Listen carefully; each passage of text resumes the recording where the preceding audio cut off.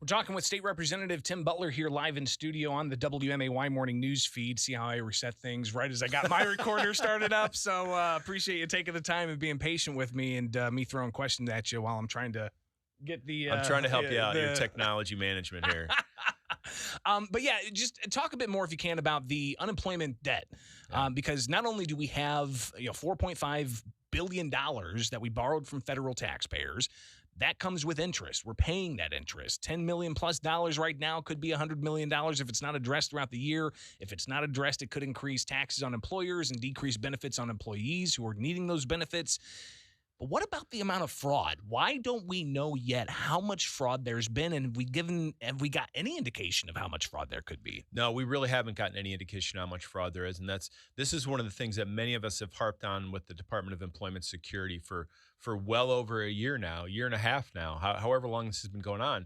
The fact that there's so much fraud and was so much fraud with all this money that came down from the feds, from the PUA program especially, was ripe with fraud. And we have no idea how much money it is.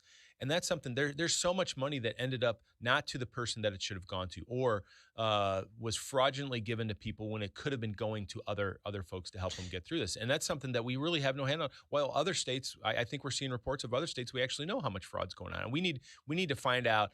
I mean, first we need to find out how much there is, and then we got to figure out how I don't know if there's actually a way to address that, but we need to go after people who committed that fraud. Absolutely. Well, and you had people like elected representatives, Congressman Rodney Davis. He got, a card in the mail with funds on it. So people who had jobs were getting these cards. And I think the indication is elsewhere in other states that it's a substantial amount of fraud that took place here. Well, there were reports that prisoners in the corrections in state of California were masterminding them, getting them in prison. I mean, it's just crazy. And how we cannot track that in today's day and age where everything is tracked, all these cards that have gone out that are electronically activated and all that, we should be able to track that stuff and nail these people who are committing this fraud and prosecute them. And I think this underscores the problems. Again, I hate to go back to the crime issue, but this kind of underscores the issue we have in crime in Illinois. We should be trying to prosecute these people. We should be in the General Assembly. We should be in session trying to get a handle on programs that we can to address this. And really, we're doing nothing about it. And I think it does start with the Department of Employment Security coming out and being forthright with the people of Illinois as to how much fraud there is and what the program's going to be to try to tackle this situation. 7:48 now on the WMAY morning news feed, talking with State Representative Tim Butler on WMAY, and of course with the unemployment fraud that could have happened. I mean, we've got an Auditor General that's looking into it.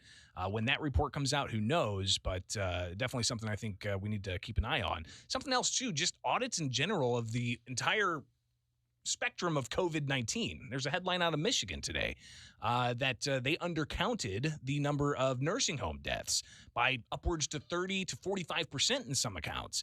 I mean, should we, at this time now, nearly 2 years into this, have a moment of pause and reflection to get a better understanding of the devastation that the pandemic brought and whether it was a certain level or if it was a lesser level? Well, again, I want to go back, I guess, almost 2 years ago now. I think it was April of 20 when the House Republicans forwarded to the governor a plan to help manage the pandemic, and that we would have input from a wide range of folks, General Assembly members, from the public, people in the know, from the healthcare industry, people from the business community, to help the governor make decisions and guide him through the pandemic. He refused to do that.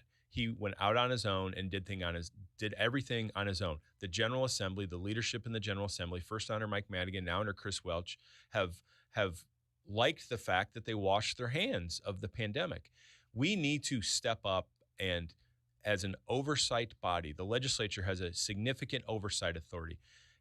We should be having these hearings every single day, in my opinion, about what the response to the pandemic is, what the impact of the pandemic has been across the board. Health, well, why is business. that important, though? Well, to look back at the executive action and the lack of legislative action, why is it important to have that review? Well, I think it's important to know, number one, just like we were talking about with employment security, how much money's been going out the door and where this has been going, and how, like you mentioned, if we're looking at other states and undercounting the deaths that happen at nursing homes especially, we had a terrible case here early on at the Villas in Sherman, where I think, most of the villas caught COVID, and I think they had a significant loss of life there. And that's kind of stuff that we really need to study. And then when we plan for the future, how we address these situations. Look, we're going to have another situation like this sometime in the future.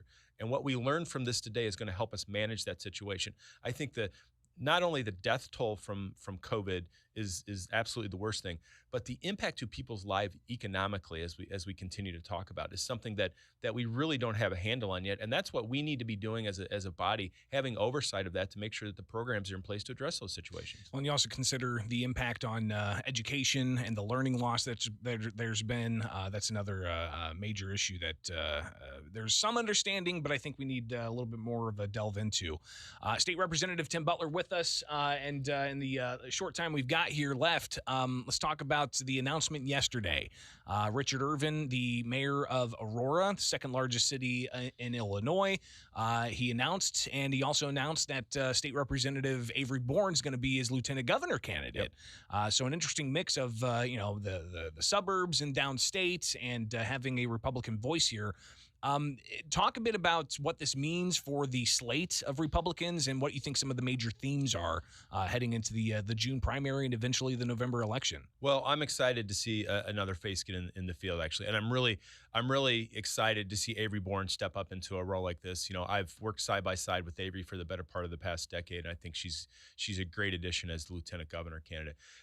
Look, we need to make up ground in the suburbs. There's no doubt about it. We as a party need to make up ground in the suburbs. And to see, an African-American who's the mayor of the second largest city in the state jump into the governor's races, I think it's pretty exciting to see it as Republicans. And I look forward to see where this is going to go with the campaign. And I think at the end of the day, whoever wins the Republican primary, obviously we got to rally around that and beat the governor in the fall. But I think this is a good thing for the party to see Mayor Irvin jump into it. Then we're going to see what happens with Avery's seat, and what happens with somebody who runs for that. I've heard Wayne Rosenthal is going to jump into it, and I look forward to seeing Wayne run in that district as well. A lot of money involved. The governor gave himself $90 million. It's speculated that Ken Griffin's going to support whoever the Republican nominee is going to be with possibly tens of millions, if not hundreds of millions of dollars. This is going to be an expensive race. Yeah, it's insane where campaigns have gone today and the money that's behind it. I mean, to have the governor drop $90 million into his account on a Friday night, the regular, all the people, everybody in the world can't understand what that's all about. Nobody has that kind of money. There's only a handful of people in the world that have that kind of money. And the fact that our governor can sit there and dole out $90 million to himself for a campaign on a Friday night really, really is insane. But that's where campaigns are today. It takes so much money to run these campaigns. And it's just, we're going to see just a ton of money, I think, going into this race, probably from around the country would be my guess. State Representative Tim Butler on the WMAY morning news feed. And then finally, when it comes to what is obvious going to be infighting within the Republican Party, you've got even the Democratic Governors Association putting out statements that Richard Irvin made, supporting Governor Pritzker. What should Republicans do leading up to the primary? Well, I think number one is you got to look at the candidates and figure out who best represents what you think your values are, and secondly, who's going to win. I mean, at the end of the day, we need to win. We need to win the governor's mansion. We need to take control of the legislature, and that's what I'm all about. I'm sick and tired of being in the super minority and getting run over by J.B. Pritzker and Chris Welch and Don Harmon. We need to change the dynamic, and it starts with the governor's mansion, and it starts with picking up seats in the General Assembly, and we could really drive some change. And in my opinion, that means, again, that gets back to the suburbs. Look, downstate is solidly Republican now. We need to pick up seats in the suburbs. We need to shift voters back to the Republican Party in the suburbs. That's what it's all about. And those of us from downstate Illinois, I know that's tough to swallow sometimes, but that's where the game is in Illinois. And we got to make sure that we have candidates up and down the ballot that can pick up votes in the suburbs and put more Republicans at the state capitol. State Representative Tim Butler, greatly appreciate you taking time. Absolutely. As always. It's always fun. We'll talk again soon, all right? Have fun with your virtual committee hearings. I know you're a big fan of those. Absolutely. Thanks, Bishop. It is the WMAY morning news feed.